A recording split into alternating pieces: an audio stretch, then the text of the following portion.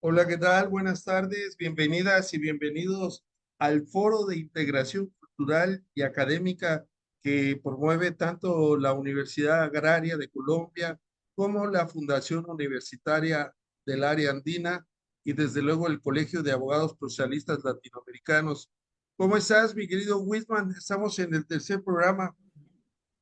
Mi Doc, ¿cómo estás? Un cordial saludo, reiterando pues la felicidad que tenemos de continuar con estos procesos periódicos y pues de pronto recordar un poco esta finalidad que decidimos conjuntamente construir ante la necesidad de fortalecer lo que es una perspectiva latinoamericana para la comprensión de fenómenos sociales.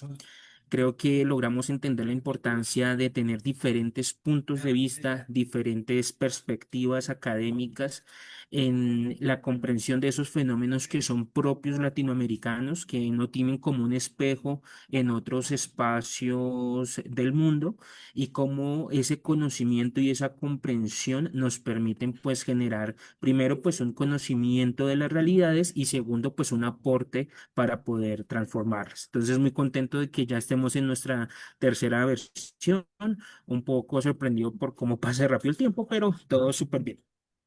Muy bien, y hoy tenemos una invitada de lujo y vamos a hablar con ella del feminismo latinoamericano. ¿Nos la quieres presentar, por favor?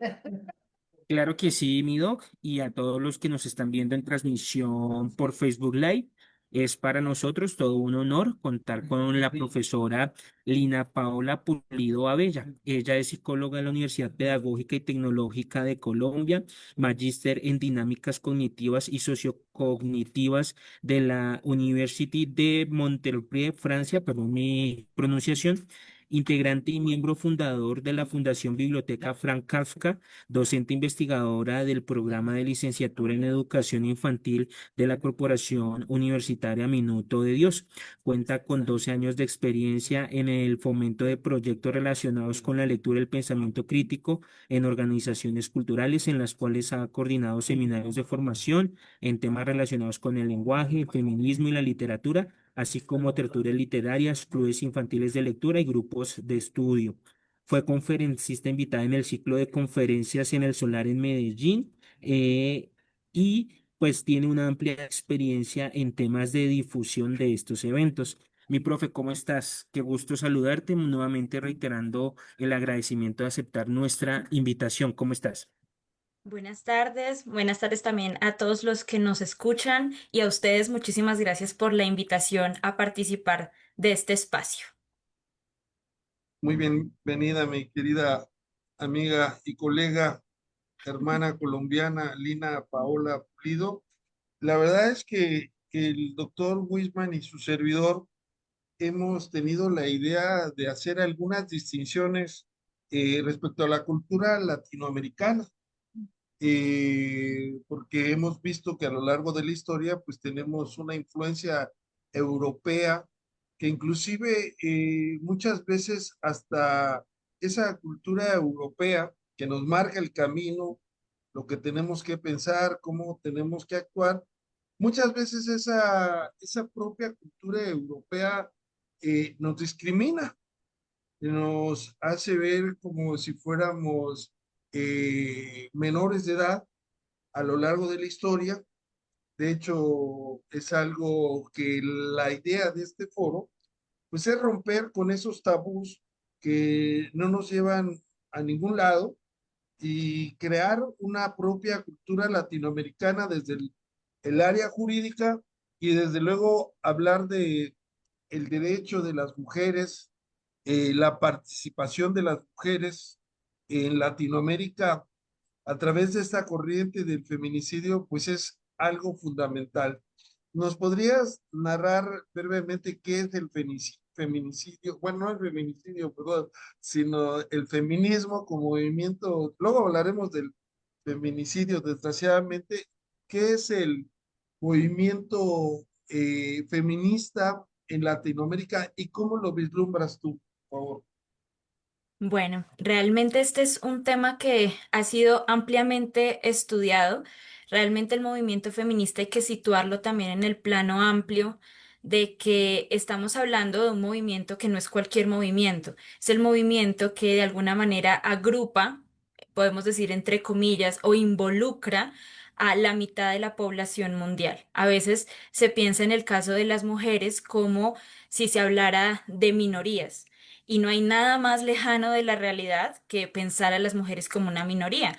Al contrario, somos incluso más de la mitad del planeta, pero también eso implica que el movimiento feminista o que el feminismo tiene una gran pluralidad, una gran heterogeneidad y diversidad al interior, justamente por la cantidad de seres humanos que estaríamos involucrados en esa causa. Entonces, lo primero que hay que decir es que es un movimiento que es absolutamente heterogéneo, diverso y que ni siquiera podríamos decir que avanza de manera uniforme a lo largo del tiempo.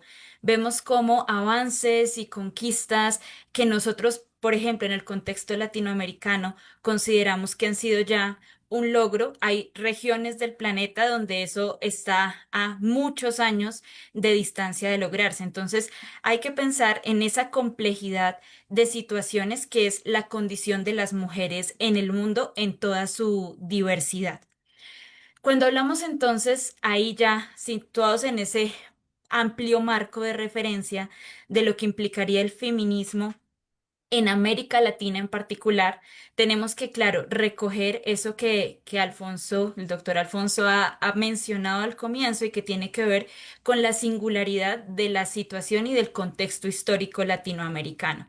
Y que efectivamente nosotros somos herederos de una tradición colonial que también marca unas pautas muy diferentes y que además, bueno, claro, ahí tendremos que hacer una distinción porque se suele hacer una romantización de lo que había previo a la colonización y ahí también hay evidencia de que incluso en esas sociedades precolonización había unas jerarquías de género importantes, pero sí hay que reconocer además que la forma en la que se dio el proceso de conquista y de colonización en América Latina, pues da unos retos adicionales al feminismo en nuestro contexto. Entonces, digamos que hay unos aportes particulares que son muy importantes que ha realizado el feminismo latinoamericano al feminismo global y que justamente han partido del hecho de nuestra singularidad. En primer lugar, nosotros en América Latina hablamos de un feminismo que debe ser siempre intersectorial.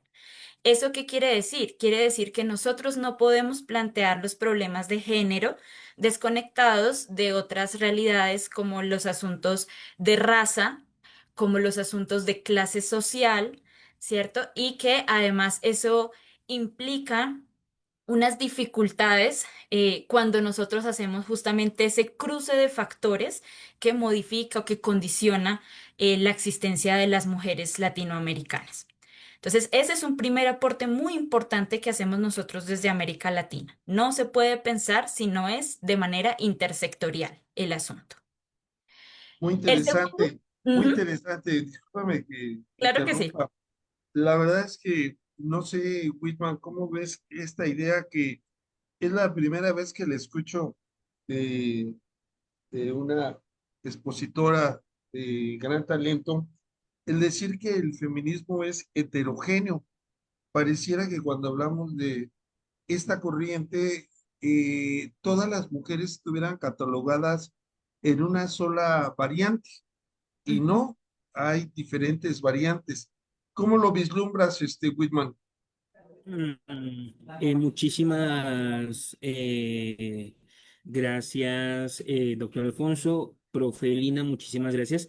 Creo que nos planteas un punto muy fuerte sobre la realidad latinoamericana y en esa medida creo que sí existe una constante que de pronto queremos que nos ayudes a profundizar y es la exposición de vulnerabilidad justamente por esas diferencias sectoriales que podemos evidenciar. Lo hablo desde mi campo de estudio, tanto sobre víctimas como también la mujer rural en el caso colombiano. Entender esa visión creo que es un aporte significativo porque implica establecer que en ese marco de ese trabajo, de esa lucha, de ese desarrollo, las realidades de los integrantes son muy diferentes. Una mujer víctima rural en Colombia es una mujer que el encargado dentro del núcleo familiar de trabajar el campo, pues ya no está.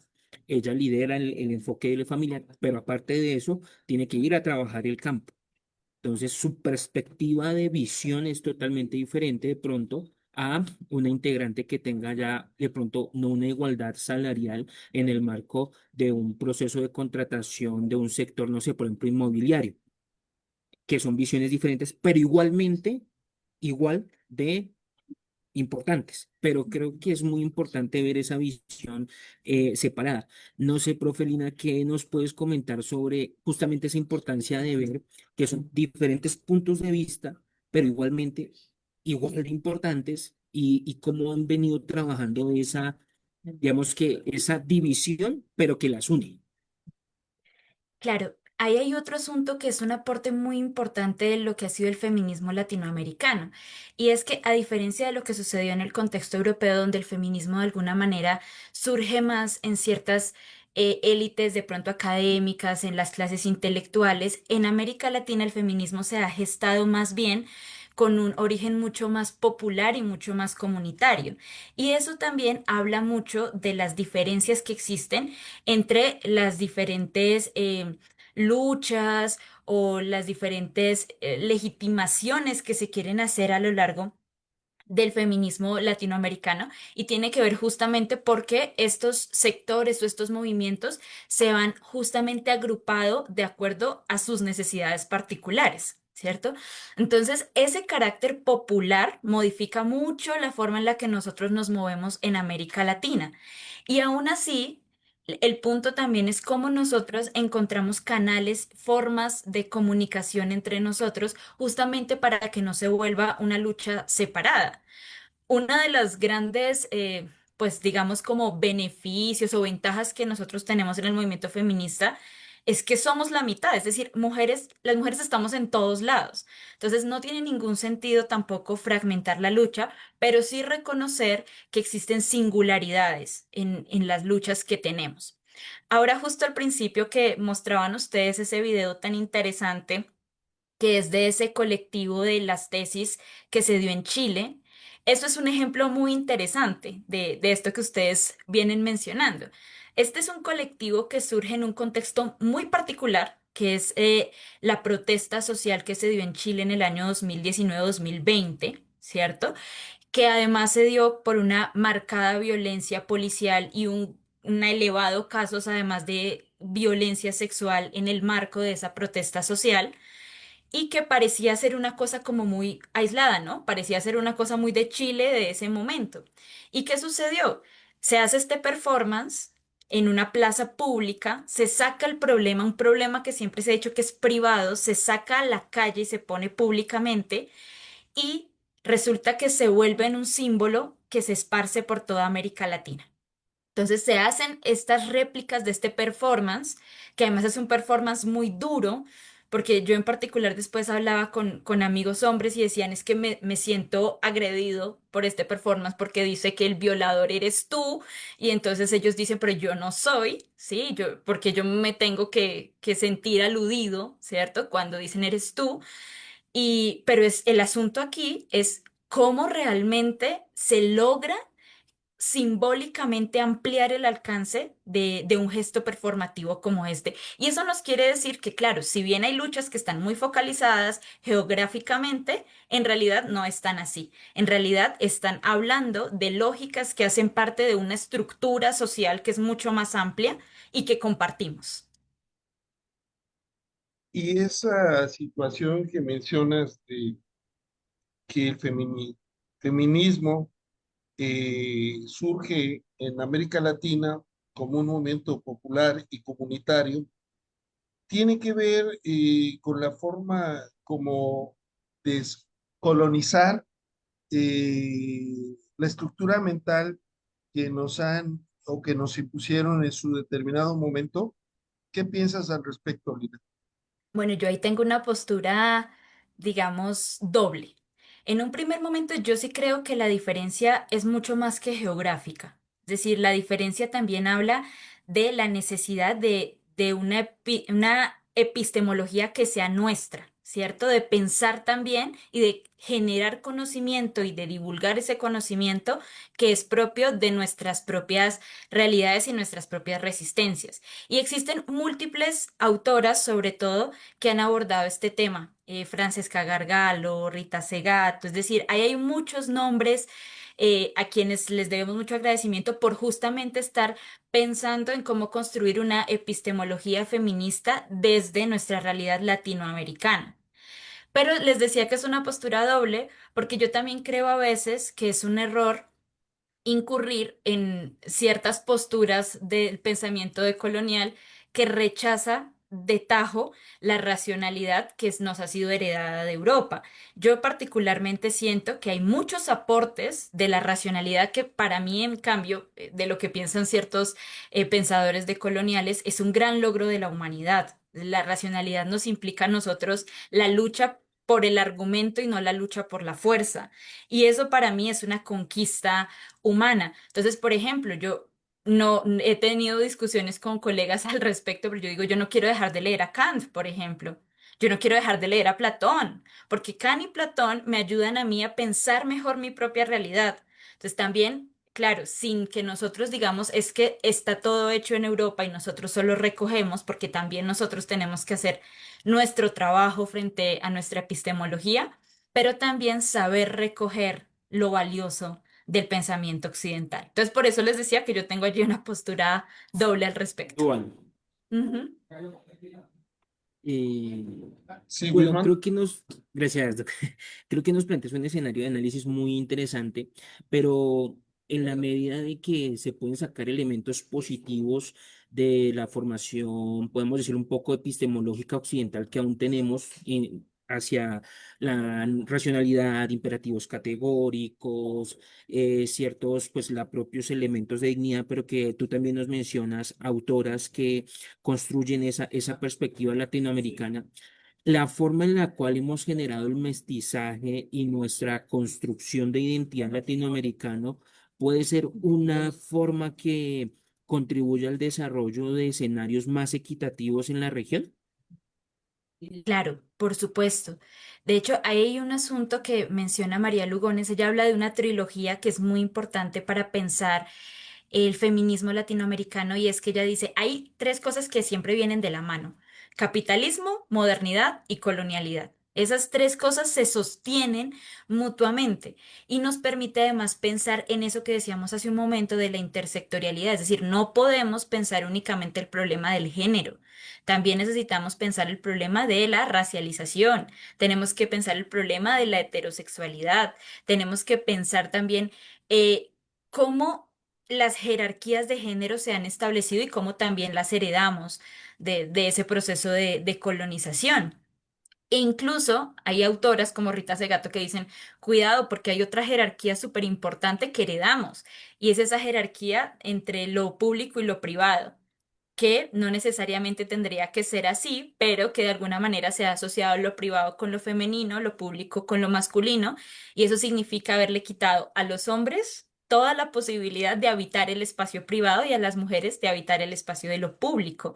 Entonces, efectivamente, hay asuntos que nosotros necesitamos pensar por nuestra cuenta porque son fenómenos nuestros. Pensemos, por ejemplo, en la agenda feminista latinoamericana está muy marcada por la lucha contra la violencia de género y las violencias que son muy particulares nuestras.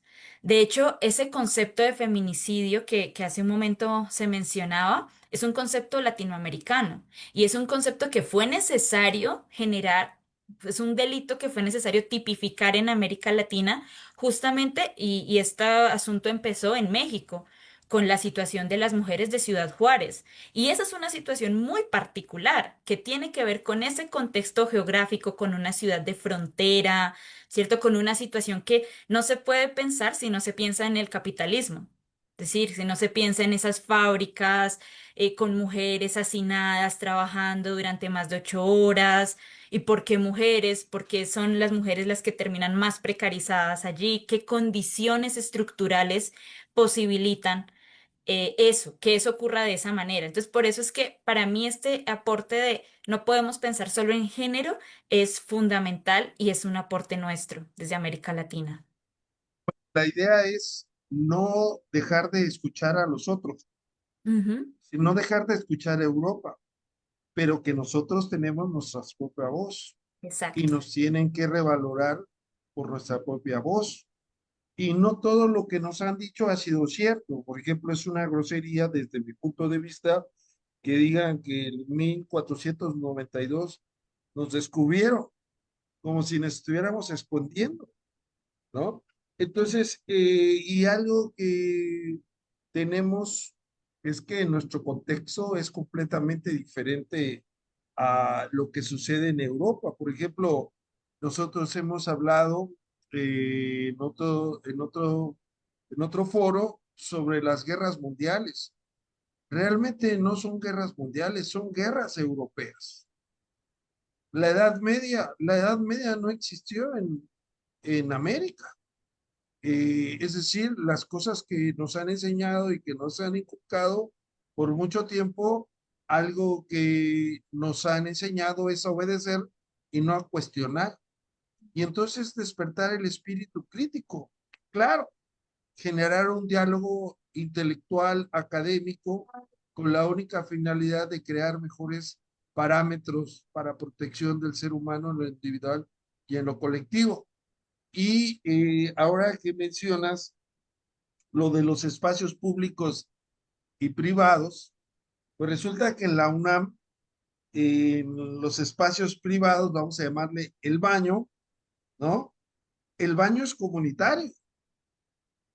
Pues afuera del baño hay una imagen donde se representa al hombre, la mujer y todas las modalidades de personas que puedan existir y dicen, aquí caben todos.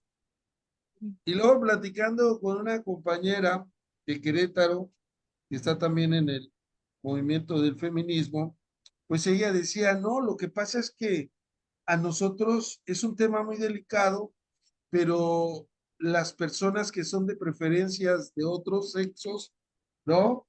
Que no son mujeres, de repente también tienen la bandera del feminismo y no es así. Entonces, desde tu punto de vista, esto de los espacios públicos y privados, ¿cómo lo ves? Pero se refiere al hecho, por ejemplo, de que se puedan, no sé, una comunidad como la comunidad LGTBIQ más abanderar de una causa como el feminismo. ¿Sí? Ya. Bueno, yo ahí en particular creo que se pierde una riqueza de diálogo y de conversación. Es igual que que esa es una posición muy particular mía. Y yo creo que ahí también tendremos que ubicar que así como dijimos que el feminismo era muy diverso y muy heterogéneo, uno podría hablar de dos opuestos, ¿no? En ese continuo. Entonces, hay un lado que es absolutamente digamos, integrador en el sentido que dice, podemos trabajar desde adentro, podemos hacer reformas desde adentro, desde la institucionalidad, desde ocupar nosotros el espacio público, pero en donde todos puedan participar, en donde todos puedan aportar al tema. Y hay otro extremo del continuo donde dice, esto es un asunto de las mujeres y es un asunto que necesitamos pensar nosotras porque nadie más comprende la condición y la situación particular de la mujer. Entonces, en ese continuo podemos nosotras ubicarnos en diferentes lugares. Casi que lo que nosotros tendríamos que abogar no es porque alguien, una mujer, por ejemplo, se adhiera a nuestra posición, sino para que las mujeres tengan el espacio y la posibilidad y las herramientas para pensar y situarse ellas solas en donde quieran situarse en el continuo. Si es una formación para para el pensar críticamente. Entonces, en particular, mi posición frente a ese asunto es, yo no quisiera perder la riqueza de conversar con el otro que es diferente, justamente porque las mujeres estamos o hemos sido ubicadas históricamente en ese lugar de lo otro. Y el punto aquí no es volver a lo mismo y ubicar entonces, por ejemplo, a las personas que son miembros de la comunidad LGTBIQ más o a los hombres en ese lugar de lo otro que no es escuchado, porque perdemos la riqueza de la divergencia. ¿sí? Entonces, yo personalmente no estoy de acuerdo con ello. Creo que son reivindicaciones que son distintas, que efectivamente no se puede revolver a veces unas cosas con otras, que tenemos historias en términos del movimiento muy diferentes. Incluso la historia de la lucha de las mujeres podría decirse que es mucho más larga, pero incluso porque la invisibilización de la comunidad LGTBIQ+ ha sido mucho más fuerte, ¿cierto? Incluso que la nuestra. Así que ha sido muy reciente el hecho de que ellos puedan juntarse y es un hito que representa una ganancia para la humanidad en general. Entonces, a mí me interesa el diálogo. Me interesa el diálogo con otros, me interesa el diálogo con los hombres, sé que hay espacios en los que requerimos nosotras pensar nuestra propia situación y que habrá cosas que seguramente sean muy difíciles de transmitir y de comprender para un hombre o para un hombre gay o un hombre trans, pero en definitiva necesitamos dejar de fragmentar la conversación, necesitamos encontrar también espacios de encuentro y puentes. Muy bien, saludamos a Diego Nicolás Buspoca Montaña, dice excelente invitada, a Neidalí Espinosa, también saludos Joana Martínez y Andrea Castillo, a Juan Pablo Ramírez y a todos los que nos sigan. Los invitamos a que nos hagan llegar sus preguntas y sus comentarios respecto del tema. Tenemos un tema, una pregunta aquí de Diego Nicolás. Dice, ¿cómo evitar la violencia contra las mujeres dentro del sistema patriarcal? No sé si quieres contestar, por favor, Lina. Yo creo que esa es una pregunta que hay que pensar desde muchos lados. Hay que pensarlo, por ejemplo, desde el lado del derecho, porque está hablando también de cómo se ha construido el sistema de justicia, ¿cierto? Que sabemos que es un sistema de justicia que en muchas ocasiones permite la repetición, que no restablece muchas veces los derechos, que deja crímenes en la impunidad, ¿cierto? Entonces, ahí hay un debate importante que hacer. Hay otro debate muy importante que es el del campo educativo. Incluso en los últimos años se ha dicho que a lo mejor la cuestión no sea enseñarnos a las mujeres cómo cuidarnos o cómo protegernos para que no seamos víctimas de violencias, sino cómo se educa a los niños desde pequeños para que no sean violentos. Es decir, que el enfoque necesita cambiarse. Entonces, hay un asunto educacional, hay un asunto cultural. Incluso se ha hablado en estos últimos años, no hace ya mucho tiempo, de la cultura de la violación. Y también cuando uno dice, ay, ¿cómo vamos a decir que cultura de la violación? Es decir, ¿cómo se podría decir que algo así sería como aceptado culturalmente? Y resulta que la aceptación es absolutamente implícita, ¿sí? Miren, por ejemplo, el caso absolutamente aterrador de Giselle Pelicot en Francia. De ese caso hay muchas cosas terribles que decir, pero los traigo a cuenta es porque en las investigaciones se arrojó que había muchos hombres que efectivamente no aceptaban cometer este acto delictivo contra Giselle Pelicot, pero tampoco decían nada. Es decir, en 10 años nunca hubo una denuncia de alguien que dijera yo vi esta página donde se está ofreciendo esto, voy a denunciar. Entonces hay todo un asunto como de encubrimiento de puede que yo no lo haga, pero tampoco denuncio. Puede que yo no drogue a una mujer en un bar para violentarla.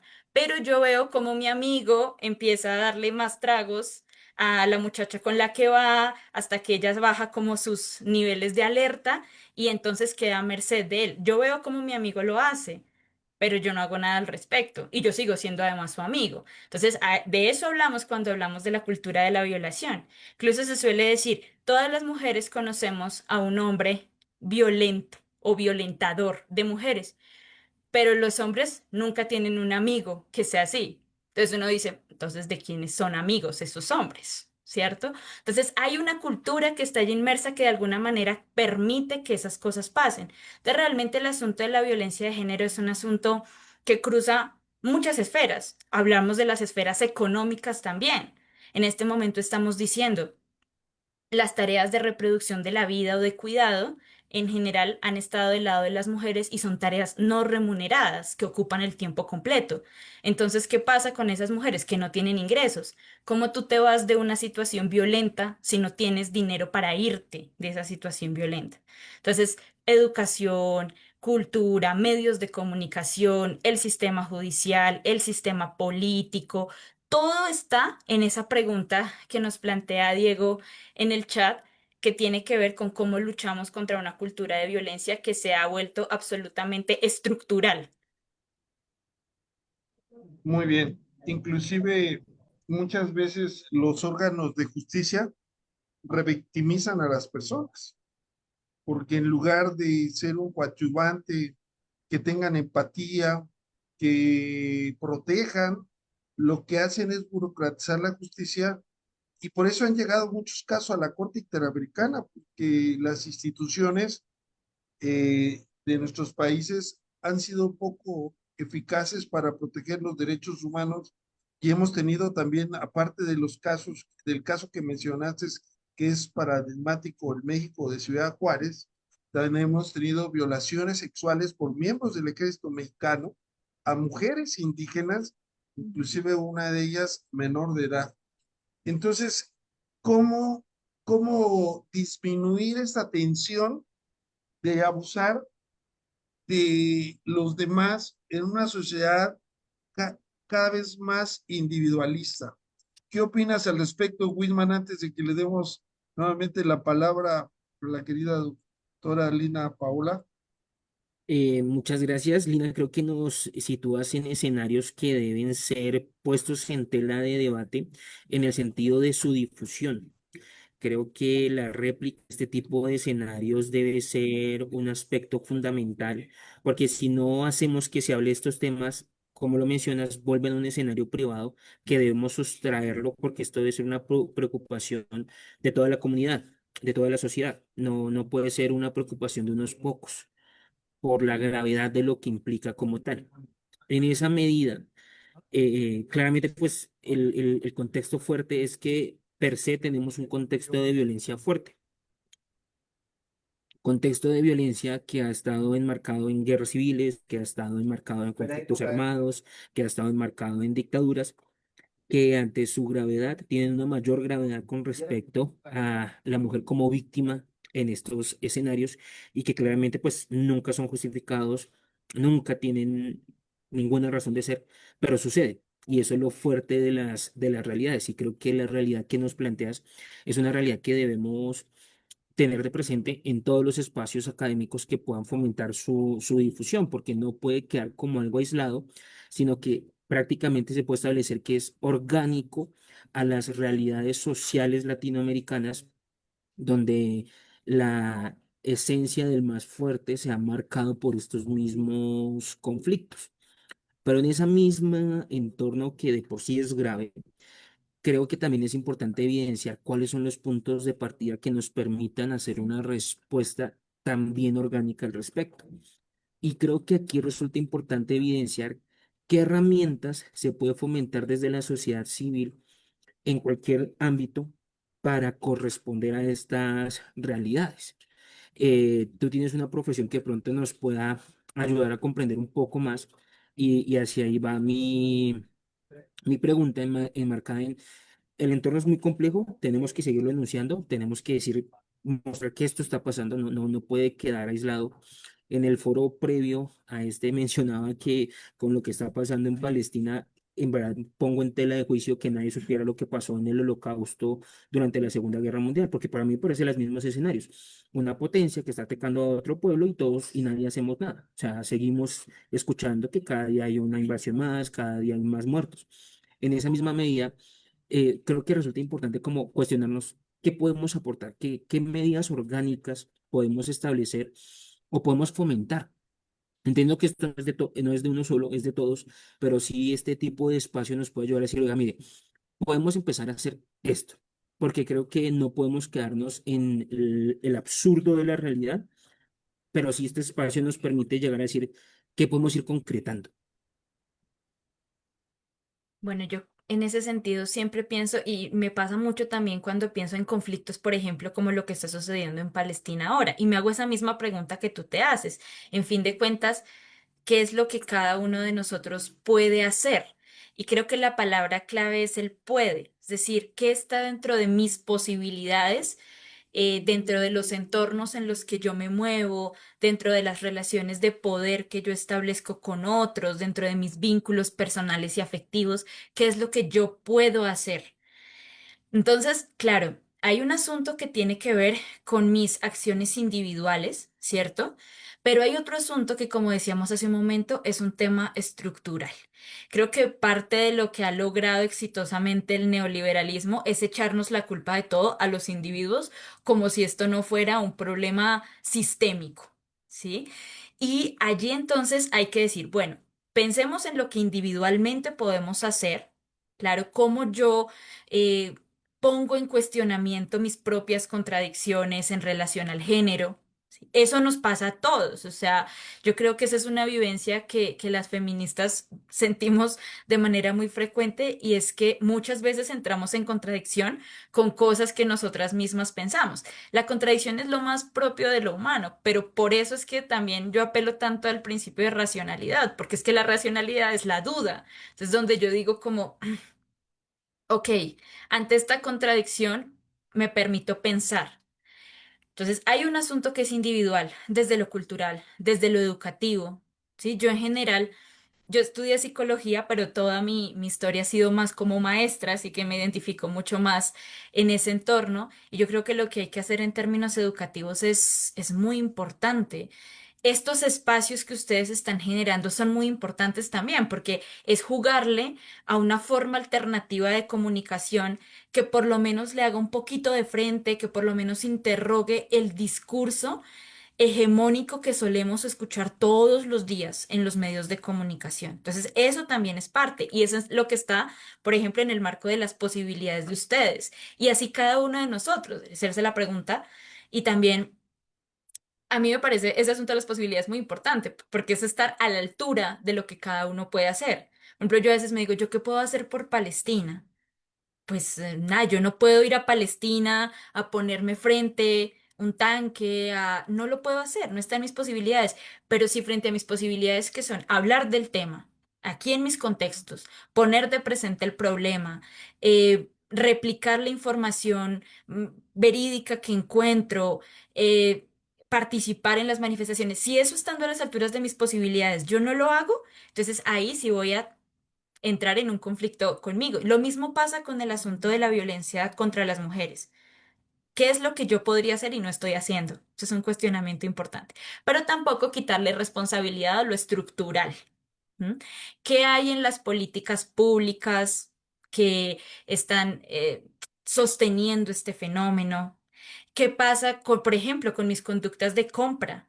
¿Sí? Cuando yo compro en una industria que funciona a partir de maquilas que son en general mujeres, mujeres precarizadas. Entonces, claro, ahí hay un acto que es individual, pero también es un acto estructural a nivel económico. Entonces, nuestra responsabilidad como individuos, pero también la responsabilidad del Estado. Miren lo que pasa en la ley cuando salen o cuando se tipifica el delito de feminicidio. Todos esos casos que antes llamábamos como en casos por ejemplo, ira e intenso dolor que existía aquí en Colombia, ¿no? Entonces, ¿por qué mató a la esposa? Por ira e intenso dolor, ¿no? Eso ahora se llama feminicidio y ya no hay nada que justifique que ocurra un delito de esa naturaleza y además tiene el peso de la ley, por lo menos aquí en Colombia a partir de la ley Rosa Elvira Celi pues es un peso que es importante porque sienta precedentes. Entonces, bueno, ahí como para responder a tu pregunta, pero yo creo que ese es un asunto individual y que debemos pensar también como sociedad de manera más amplia. Muy interesante. Saludamos a nuestro querido amigo Guillermo Tomás. Le regresamos también el saludo. Bueno, algo que realmente es lamentable, ya se mencionó, es lo que está sucediendo en Palestina, pero también en algunas partes del mundo donde hay guerras, donde se mueren todos los días mucha gente inocente. Y cuando empieza uno a ver la historia y ve la Segunda Guerra Mundial y cuestiones graves, uno se molesta, pero ¿por qué nos tardamos tanto en reaccionar de manera fuerte ante injusticias tan graves, ¿no? como las que se generan en las poblaciones más vulnerables. Y que no hemos perdido la cultura, en México le llamamos machista, ¿no? La cultura machista. De hecho, hace unos pocos días, un futbolista mexicano famoso, el Chicharito, que jugó en Europa, mencionó que las mujeres pues deben de estar hechas también para lavar, fomentando estereotipos y no estableciendo el desarrollo potencial que ahora podemos decirlo tienen las mujeres. Por ejemplo, en México tenemos una mujer que es presidente o presidenta y que desde mi punto de vista le ha tocado una situación muy peculiar, muy difícil, sobre todo porque somos vecinos del país imperialista. Decía un presidente mexicano, tan lejos de Dios y tan cerca de los United States, ¿no? Entonces, ¿por qué se sigue revictimizando a las víctimas? ¿Por qué el Estado no tiene instituciones para ir cambiando estos escenarios que son de todos los días? Realmente no es un escenario que estuviéramos diciendo que pasó en un momento dado, en un lugar dado, sino que son conductas que se reproducen y permean en todas las áreas de la sociedad. Yo, por ejemplo, cuando estudié la licenciatura, el pregrado, pues la mayoría de los que éramos estudiantes éramos hombres y había pocas mujeres, pero ahora ha cambiado. Ahora la mayoría de las estudiantes son mujeres y hay menos hombres. ¿En qué tránsito podríamos decir, Lina, que nos encontramos y, qué políticas o qué medidas se deberían tomar para acabar con esta violencia institucional y cultural en nuestros países? Bueno, yo creo que la institucionalidad ha venido cambiando y se ha venido también adaptando. Y yo creo que eso de todas maneras representa una ganancia. Si pienso en la creación de ministerios de la igualdad, como el que nosotros tenemos ahora en Colombia de manera muy reciente, o en España, que también se creó este Ministerio de la Igualdad también de manera relativamente reciente.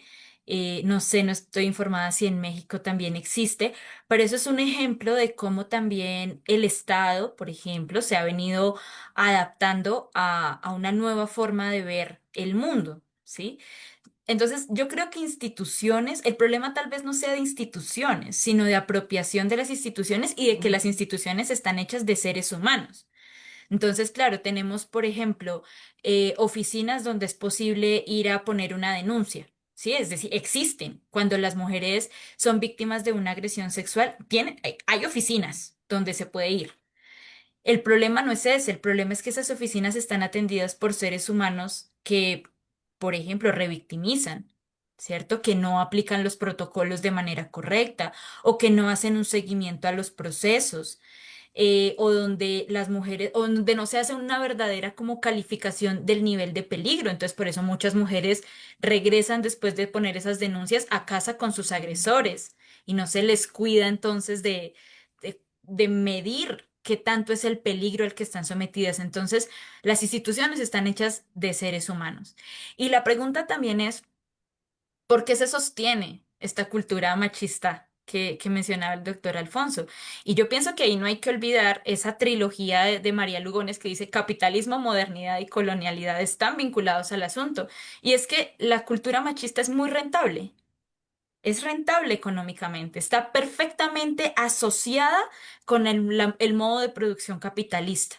Por supuesto que es muy rentable tener mujeres trabajando 8 o más horas al día por un salario más bajo que además cuando llegan a su casa continúan en su segunda jornada laboral en casa, cuando preparan la comida de sus hijos, cuando los cuidan, los acuestan, ¿cierto? Cuando se levantan más temprano a alistarlos para el colegio. Por supuesto que eso es absolutamente rentable y esas horas son no pagas.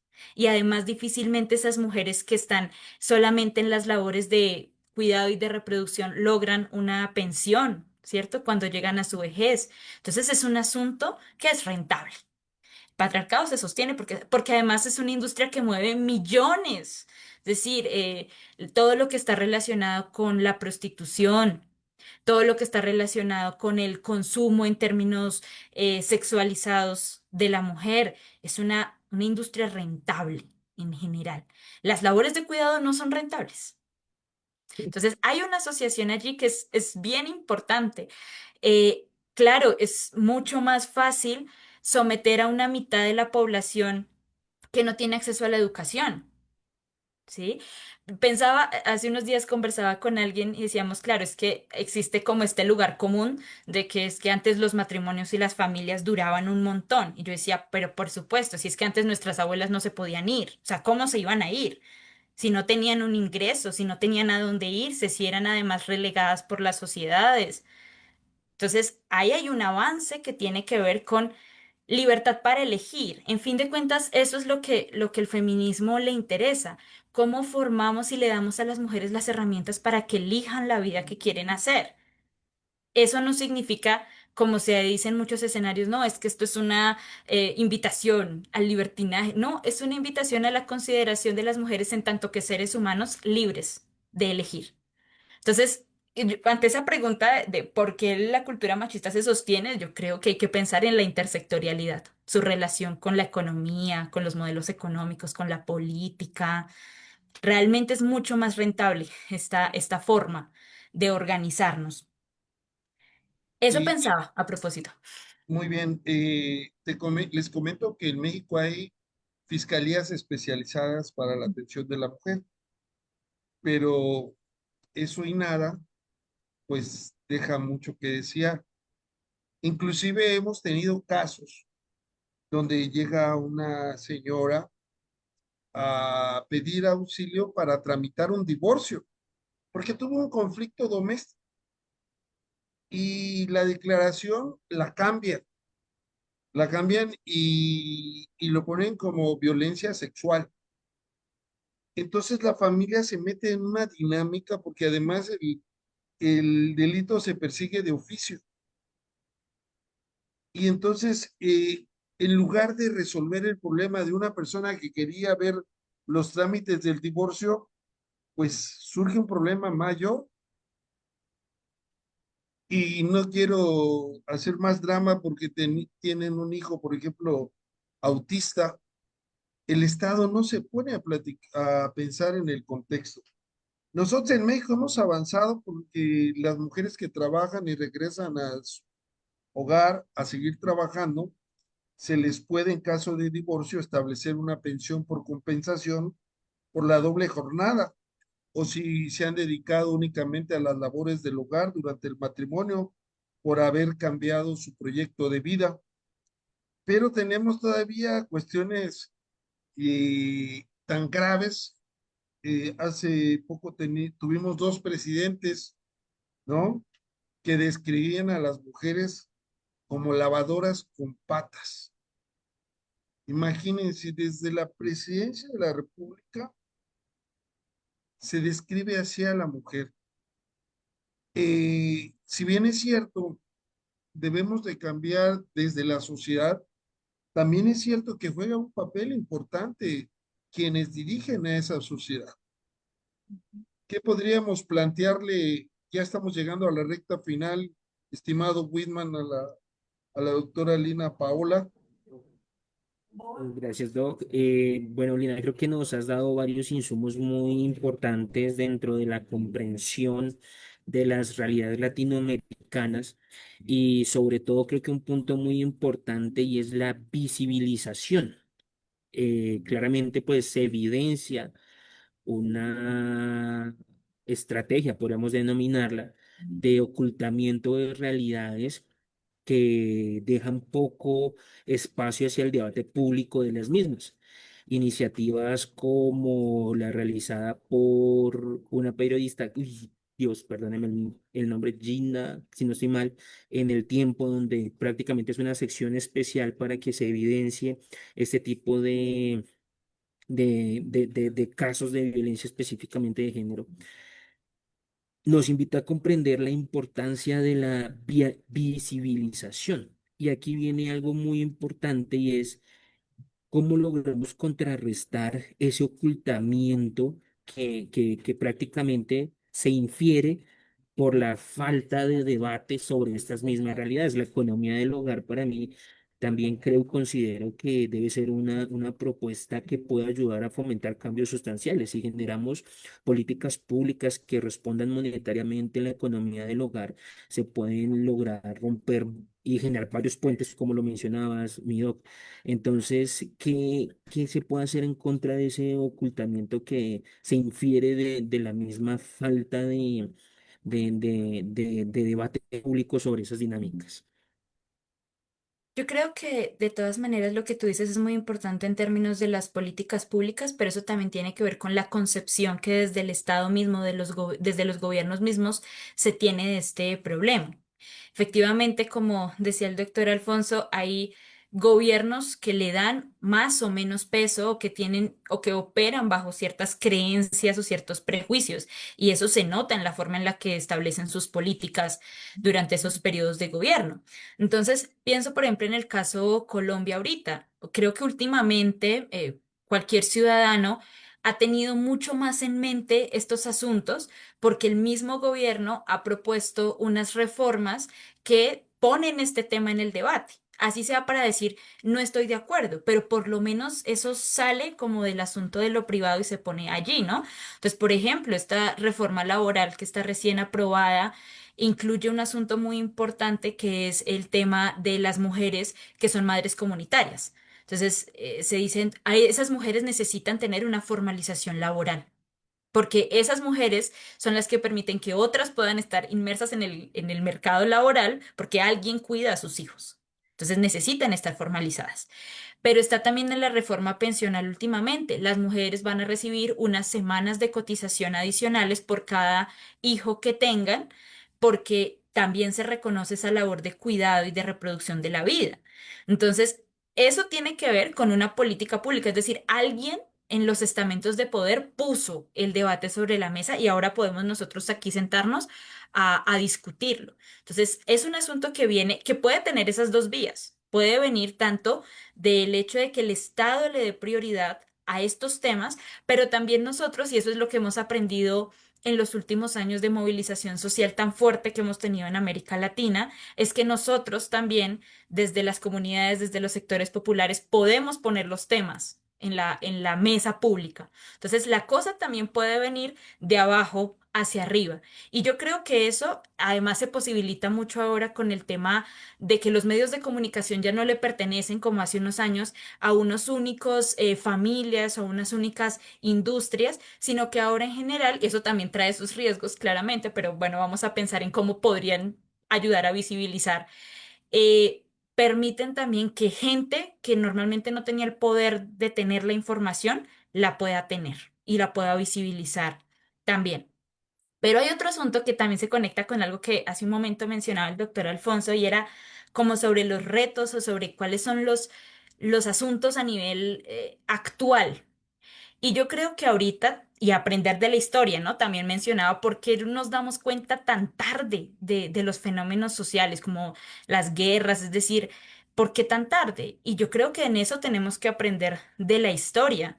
Es decir, ya no nos pueden decir, como seguramente podían decir los seres humanos del siglo XX, como no vimos venir el holocausto. No, nosotros ya tenemos reporte del holocausto, ya no podemos ser inocentes y decir, pues que yo no sabía que podía pasar lo de Palestina, ¿no? Ya sabemos que eso puede pasar y estamos más alertas. Entonces, eso también a nivel Latinoamérica nosotros tenemos que estar muy alertas y es cuando trasladamos la responsabilidad que normalmente le dejamos a los medios de comunicación o a los políticos o al Estado, a nosotros como ciudadanos, mantenernos informados, ¿cierto? Conversar, generar debate público, crear espacios de conversación, porque, y esto es una realidad, estamos frente a un auge de nuevo de los totalitarismos. Esto es una realidad. Nosotros en América Latina estamos viendo gobiernos que están volviendo a decir cosas que uno creería que ya eran cosas que habíamos dejado atrás, que habíamos superado como humanidad y se están volviendo a decir. Entonces, allí, cuidado, porque lo que uno cree que ya es una conquista, lo que uno cree como ya esto ya lo logramos, en cualquier momento se puede volver a perder. Claro, Y los derechos de las mujeres, se los juro que son los primeros en desaparecer. Eso es, pónganle la esperemos que firma. no, que vayan creciendo, que vayan reconociéndoles el lugar que se merecen dentro de la sociedad. Queremos agradecerte, estimada doctora Lina Paola, por tu brillante exposición. La verdad es que ha sido una charla muy amena, muy aleccionadora y muy motivadora. Antes de que el doctor Wisman nos haga el favor, ya está. ¿Nos puede hacer el favor, doctor Wisman, de leer el reconocimiento que le vamos a enviar a la doctora, por favor? Sí, señor. El Colegio de Abogados, Abogados Procesalistas Latinoamericanos, la Fundación Universitaria de la Arandina, otorgan el presente reconocimiento a la doctora Lina Paola Pulido Abella por su invaluable participación como ponente en el Foro de Integración Cultural y Académica con la Conferencia Magistral Feminismo Latinoamericano. Su participación dio lugar a un espacio de reflexión crítica, reafirmando los principios de diversidad, cooperación y construcción colectiva del conocimiento que fundamentan la integración cultural y académica latinoamericana, entregado el 23 de julio del 2025 en la Ciudad de México. Muchas gracias, Mido, por la participación. Creo que Gracias a ustedes. nos permites llegar a debatir los muchos temas que debemos continuar debatiéndolos. Muchas gracias. A ustedes Y, an- muchísimas gracias por la invitación. no, y antes de despedirnos, no sé si quieras dar alguna conclusión de tu exposición en unos 3 minutos, si gustas, Dina, por favor. Bueno, yo agradezco mucho estos espacios, además espacios interdisciplinares. Creo que esto es lo que tenemos que seguir haciendo. Sí, encontrarnos desde las diferentes epistemologías que tenemos, incluso desde nuestro no estar de acuerdo, puede ser, porque eso es lo único que va a enriquecer el debate, es lo único que va a permitir que demos el paso adelante. Y para mí, creo que ese una conclusión importante siempre disfrutar de la fiesta del pensamiento. Necesitamos pensar estos temas, necesitamos dejar a veces tanta emocionalidad que por supuesto que enriquece, pero también necesitamos pensar, conversar y dudar de lo que sabemos. Esa es como mi invitación frente a este tema y frente a cualquier otro tema, porque me encantó que hoy, hablando de feminismos, habláramos de tantas cosas diferentes, porque esto atraviesa muchos temas más. Y además pensar es gratis.